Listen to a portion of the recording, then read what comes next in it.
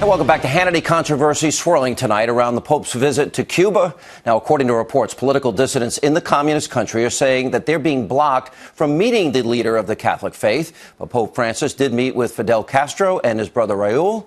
Here with reaction, 2016 GOP presidential candidate, Florida Senator Marco Rubio, an outspoken critic about normalizing relations with Cuba. What frustrates me here is we're told when the Pope comes to the United States, he's going to lecture the country about immigration, about economic justice. He's meeting the Castro brothers. They're murderers. They jail political dissidents. They've created poverty for their people. Is he going to lecture them too?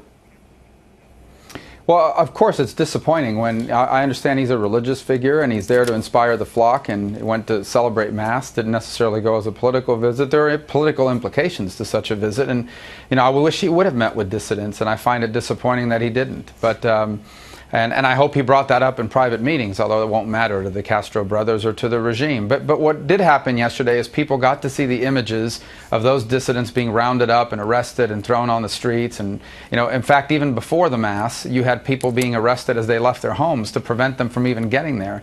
And so at least the world is now being exposed to the reality of what the Cuban government is all about. Yeah, and the president's saying he's going to go further with this. Let me put up the latest poll numbers. Big jump for you post-debate. You are now in double digits with a little over 4 months to go and at 11%. But more importantly, the three people ahead of you are outsider insurgent candidates. You're the number one person that actually has a political background. What do you think these polls tell us? Well, look, we've been hearing it for a long time. I don't think it's just this year. It's been happening for years. There's a massive disconnect between leaders in Washington, quite frankly, in both political parties, and what's happening in the lives of our people. Think about the national debt. No one talks about it anymore. Well, the debt is a serious problem. $18 trillion and growing. It'll eventually bankrupt our country and create a debt crisis. People are frustrated that no one's talking about that or all these other issues. There's a massive disconnect between Washington and leaders in both parties and what's happening in the country. And you see that reflected in, not just in the polls, but you've seen it reflected in 3 out of the last 4 elections. I don't recall even in that debate, the WWE CNN debate where you said this about him, he said this about you, etc. I don't remember the debt even being discussed, but you're right. The next president will inherit $20 trillion in debt and $120 trillion in unfunded liabilities.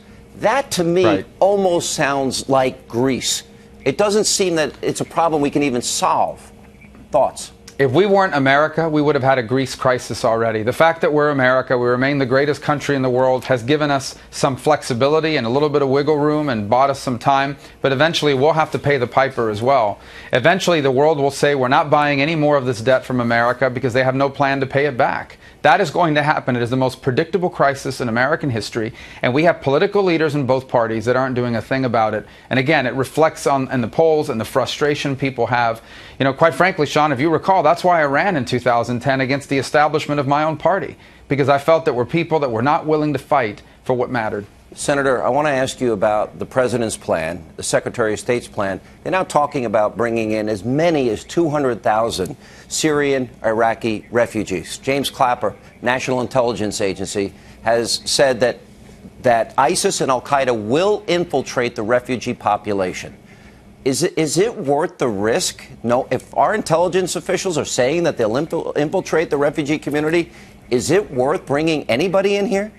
Or is it too great a risk? And that's why this refugee crisis is different from the ones we've seen in the past. We've never had one like this, where you have people coming from a part of the world where we know that terrorist elements are using the crisis to infiltrate people into other countries. We know this already from the Jordanian camps where you have people that have come across. And so we want to continue to be a compassionate country, and we should be open to taking in some refugees. But we also have to continue to be strict about the background checks. And here's the truth. It isn't easy to background check someone who's coming from Syria or from the Middle East. You can't just pick up the phone and call over there. I mean, because I would imagine... It may not even be possible in many cases. It may not even be possible. Like I said, it's not that we don't want to do it, it's that we may not be able to do it. Yeah, because I would imagine that any ISIS or al-Qaeda affiliate or trainee is going to be trained in the answer. Oh, I'm a refugee. I'm seeking, peace and happiness for my family. I don't think they're going to admit that they're terrorists. Look, then that goes into the expanded issue. As you now continue your rise in the polls, and this was a really significant jump for you post-debate, the only issue that conservatives ever bring up about you is the issue of immigration. I want to ask you very specifically one thing. I know that you said it was a mistake to go over comprehensive reform. And I know you said we need to secure the border first because the country doesn't trust politicians. My question is, are you prepared to say that those that didn't respect our laws and sovereignty should not have the opportunity to become citizens unless they go back and come in the right way? Well, what I've always said about that is we can't even get to that stage till we've done the other two things, like secure our border and modernize our legal immigration system. A lot of people believe that if you have violated the law, you should not be allowed to ever apply for a green card, which you have to have first before you can even apply for citizenship. My argument has been that, obviously, if you're a dangerous criminal, you can't even stay. I personally have said that I don't want there to be millions of people that are permanently barred from ever becoming Americans. But a lot of people don't believe that. A lot of people think it should just stop at the legalization portion. So if that's all we can get, it's a lot better than what we have right now. But I think that's a debate about, even though I'm personally open to green cards, that's a debate that we can have down the road after we've seen how the program has worked. I don't think it's a decision you have to make on the front end. The first two things you have to do is stop illegal immigration. Then second, you have to modernize our legal immigration system. And then third, you can have a debate about how to even legalize people to begin with. And then ultimately, in 10 or 12 years, you could have a broader debate about how has this worked out and should we allow some of them to apply for green cards and eventually citizenship. I personally am open to that. A lot of people are not.